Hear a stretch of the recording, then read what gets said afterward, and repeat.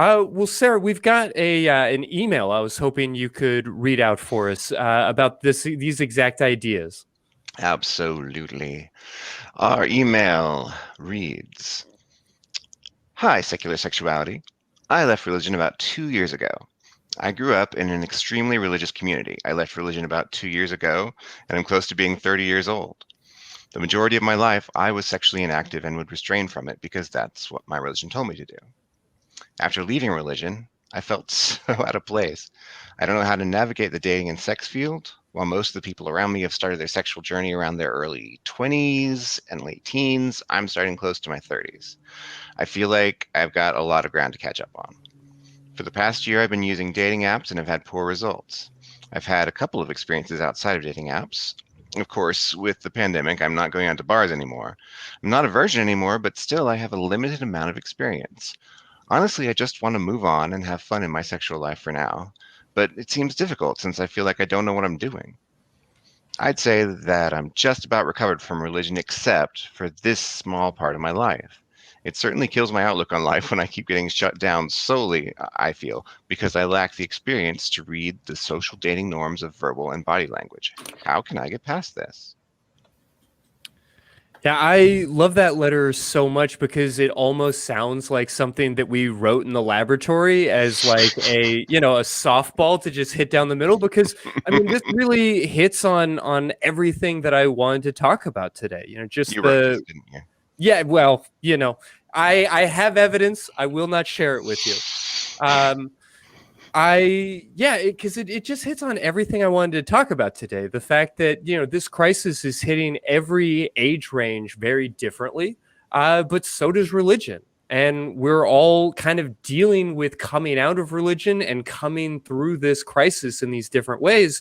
And a huge part of secular sexuality is just the fact that so many people in the atheist community are coming from situations where they were never taught how to date. They were never taught how to go to a strip club or how to talk to a cam girl or any of these things that are perfectly healthy, happy, and wonderful things to be participating in. So I don't mean to set the expectations too high, Grace, but I'd love to kind of hear what your insight is for all of this. Tell us the answer, Yeah. Grace.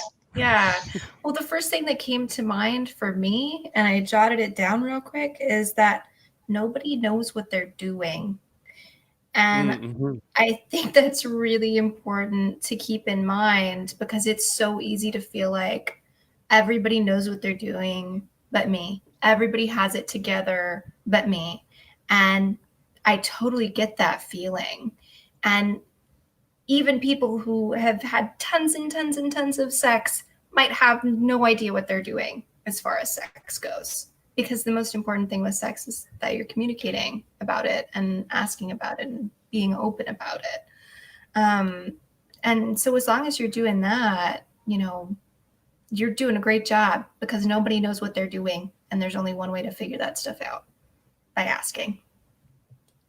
Yeah, I think that's a great point. Like we have this sort of cultural narrative of the great lover, of the smooth operator, or however you want to frame it. And I mean, it's not completely baseless, but the best lovers are just the people who are able to communicate, who are able to follow along, whether with verbal or nonverbal cues. But it's all about learning each partner, and so nobody is going to be good at having sex in a certain way until they have the opportunity to kind of learn from you and learn with you. And that's true universally, whether you're a great lover or a bad lover. It's more about communication. I don't know. I'm perhaps being a little hyperbolic, but how does that resonate to y'all?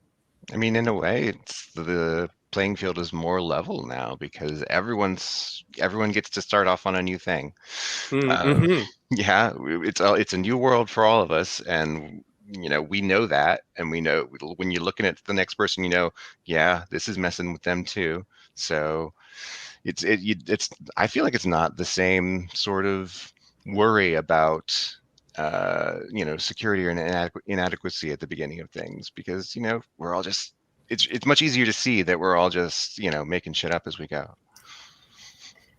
Yeah. No, it's a fair point. Like all your dating strategies around, ladies love it when I first take them to like this coffee shop, and then they're always impressed. And oh, there's a puppy store nearby. I didn't plan that. Like, I don't know. Is that what the perfect date would be? How the hell would I know?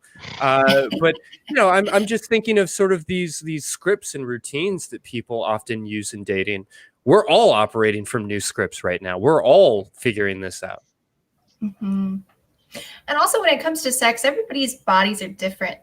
Even if somebody told you had the best sex ever, that might be horrible to someone else. Mm-hmm. Mm-hmm. Yeah, so there's a lot of room. Like I hear the writer's anxiety, and I recognize where that's coming from. And, I might suggest that you feel anxious not because you aren't good at this, but because you haven't done it. And those two can look the same, and you can assume that because you haven't done it, that you're not good at it.